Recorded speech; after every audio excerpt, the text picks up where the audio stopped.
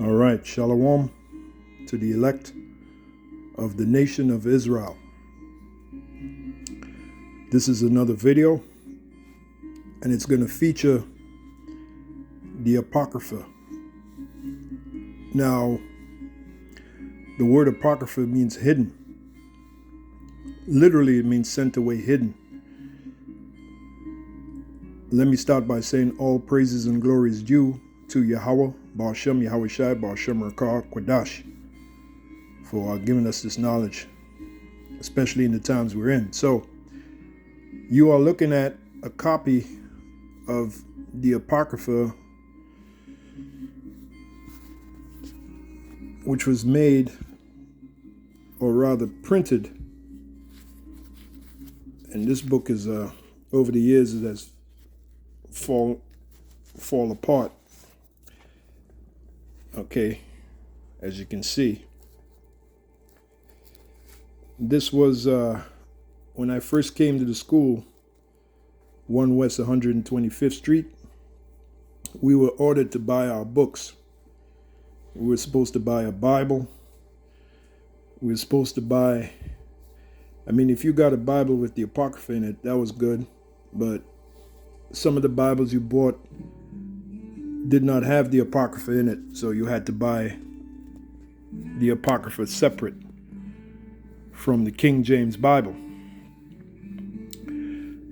So you had to have your Bible, your King James Bible, with or without an Apocrypha. If it didn't have an Apocrypha, you had to buy the Apocrypha separate, which is what I did. Also, you had to buy the Josephus. At the school, 1 West 125th Street, the Josephus was required reading. Some of the classes, you were required to have your Josephus. Believe it or not, there was a time where 1 West was a very studious, it was like going to Bible college. 1 West was a very studious place to go to really learn these scriptures. There was a time. But then what happened was the school started getting all kinds of money, and the business of serious teaching kind of went out the window. It was more or less about making money, bringing these different programs of making money into the school. One of the main, and I'm going off, my remembrance of what happened back then. One of the main programs they used to get lots of money was the oil tables. So the business of teaching, the seriousness of teaching, kind of went out the window. It was all about making that money. And then you had individuals that were living good off the hard labor of certain brothers who were sincere, but they were naive. Okay, they were sincere, but they were naive. And those men know who they are. I'm not going to mention names. The guys who, the top head guys who took advantage of those individuals that were sincere but naive. They tried to make me one of those individuals to work for their oil tables.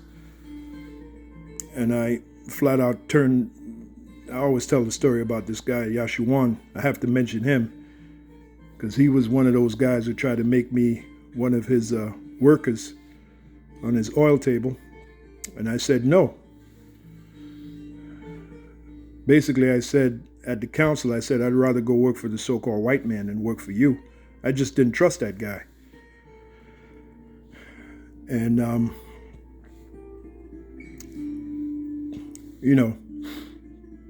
the point is the business of the teaching at the school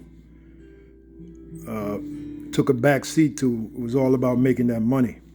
And this is around 1993, when around 1992, you had a great influx of dudes that came in. A lot of those dudes went back into the world. A lot of those guys, I would say 98% of them, maybe 99% of them went back into the world. Anyway, what you're looking at again is the Apocrypha, which this book here that you're looking at This book is older than a lot of you young brothers in the faith, man. This book is more than 32 years old. That's around the length I've been into this knowledge. I came into the school, 1 West 125th, in the summer of 1990. We're now going into the winter of 2022, so that's more than 32 years. And like I said, when I came in, I was required to buy all my books. This is the only book I have left of the original books that I bought. I've gone through many red Bibles. You know, the Jehovah's Witness Bible that's printed by the Jehovah's Watchtower Society. I got one right now, but it's not the original, so I'm not going to show you that red Bible. But this book here, this Apocrypha, is when I bought my books. I believe it was the first week, because at that time I was working until I lost my job. I had money, so you were required to buy your books. I immediately went out and bought my books. There was a Bible store right up the street from the school. There was two Bible stores on the same side of the school, 1 West. There was one going down to, and brothers who know the area in Harlem, they know what I'm talking about. There was one going down as if you were going down to the number 4 train. There was a Bible store there, and then there was another Bible store as if you're going up to the number 2 train, the number 1, number 2 train. Which, by the way, when I first came to the school, that was the train station that I got off on, the number 1 and 2. And I walked right down to the school, which was located on 125th Street. Let me show you. Now, you got this clown, Vocab Malone, saying that the Apocrypha is not valid. Look at that, see? See how it's all torn up? This book has been through many battles, man. Many battles. As a matter of fact, if you look here, see all this writing? This writing is more older than most of you young brothers in the faith. All right? This writing that I wrote here, which I got this information from Elder Apostle Tars, he had a collection of books. He was another brother that was into books, bringing books to classes. And he had this bag of books that eventually got stolen. And to this day, whoever did that, Yahweh Shemi Shai got a special judgment for them, or for whoever that person is. I'll never forget it, man. His bag of books got stolen. And he had this Bible dictionary, man. It was a bad Bible dictionary. I believe the cover was yellow. I forgot who it was printed by, but they had he had allowed me to take a look at the Bible dictionary, because I believe I asked him if I could look at it. And he said, yeah. And I copied, as you can see, the Caesars of Rome, from that Bible dictionary that he had. That Bible dictionary was bad, man.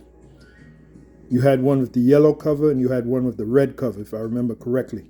He probably remembers. If he sees this video, he'll know what I'm talking about. But there you go, man. You're looking at writing that I wrote more than 32 years ago. Okay? Anyway, just going down memory lane, that's all. That's what this video, I guess, is about. There you go. This Apocrypha was printed, as you clearly see here, the book's called Apocrypha, and I already explained to you what the word means. A lot of these wacky-tacky Christians, they don't know anything about the Apocrypha. In Jamaica, it's known as the Maccabees Bible, because you have the books of the Maccabees within the Apocrypha. And at one time in Jamaica, the Maccabees Bible was outlawed. If you were caught with the Maccabees Bible, you were severely punished. And there's a reason for that, because in the Apocrypha, it goes into the history of Jacob and Esau. It tells you that Jacob is the beginning of the next world to come, and Esau is the end of the world. So that's proof that we're in the world of the Edomites, Esau. And that's in the book of 2nd Esdras, the 6th chapter, which is located in the Apocrypha. But again, you got this guy Vocab who's on this campaign to demonize us. He speaks ill of the Apocrypha. Meanwhile, former President Donald John Trump, I think his middle name is Donald J. Trump, when he was inaugurated, which look up that word inaugurate, literally it means to stand in place of the demons, which shows you that the presidency is an office of witchcraft. They practice witchcraft up in there in the White House. They got the nerve to call it the White House, which the word white symbolizes purity. At the inauguration of Donald Trump, where the hell did this gnat come from? Ain't nothing but Satan. I've been sitting here for hours. I've never seen a gnat. All of a sudden, I'm doing this video. Here comes this gnat. Anyway, that's probably vocab.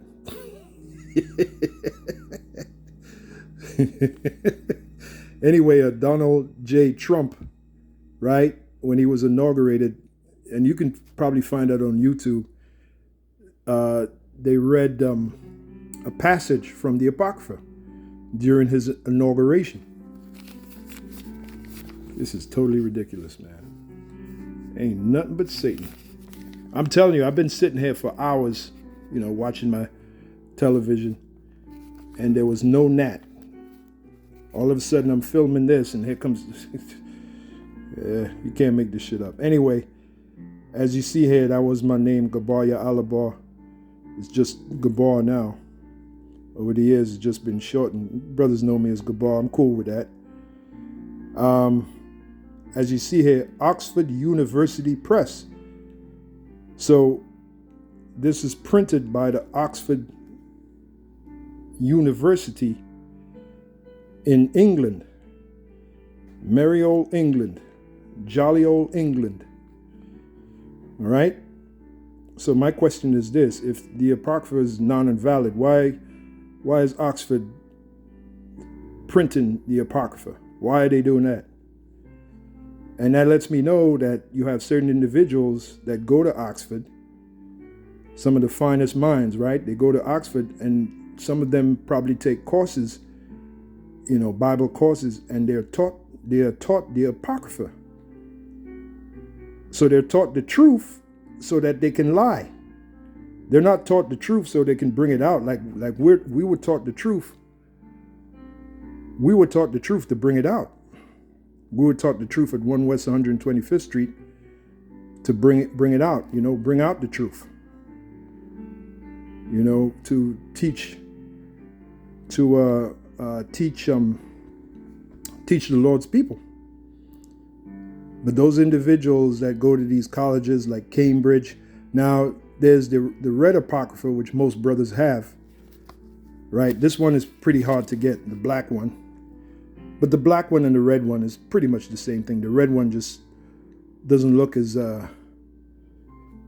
lack of a better word, doesn't look as ancient as the black one, the red one.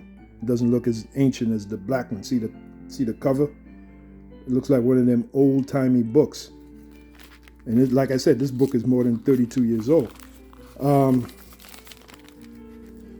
The red one is printed by Cambridge, but the black one is printed by Oxford. So why you have two prestigious universities in England that print the Apocrypha? Why is that? According to Vocab, the Apocrypha is null and void. Why do you have two prestigious universities, which Vocab could never go to, Cambridge or Oxford? Why are they printing the Apocryphas? That's the question. Maybe they know something that guys like Vocab, these wacky-tacky Christians, maybe they know something that they don't. Okay? So all praises to Yahweh Shemi Ashai. We have the Apocrypha, and not only that, we understand it. We understand the history of the Maccabees, located in the Apocrypha. We understand the dark sayings located in the book of Sirach, which is also known as Ecclesiasticus. The dark sayings written in the book of Esdras, the visions. That is uber important, man. The visions that Esdras received, that the Heavenly Father Yahweh gave to him for us today. So we got the truth, man. And you know, I got to say it, I'm not trying to blow my own horn, but Yahweh Bashim Yahushai gave you young brothers some good, solid teachers, man. No flim-flam, no bullshit, no gimmicks, no tricks. Just get right down to business. Get right down to the truth. That's what we're all about, man. Beginning with Elder Pastor on down, who, by the way, Elder Pastor is the one who reared me up in the truth, man. Brought me up in the truth.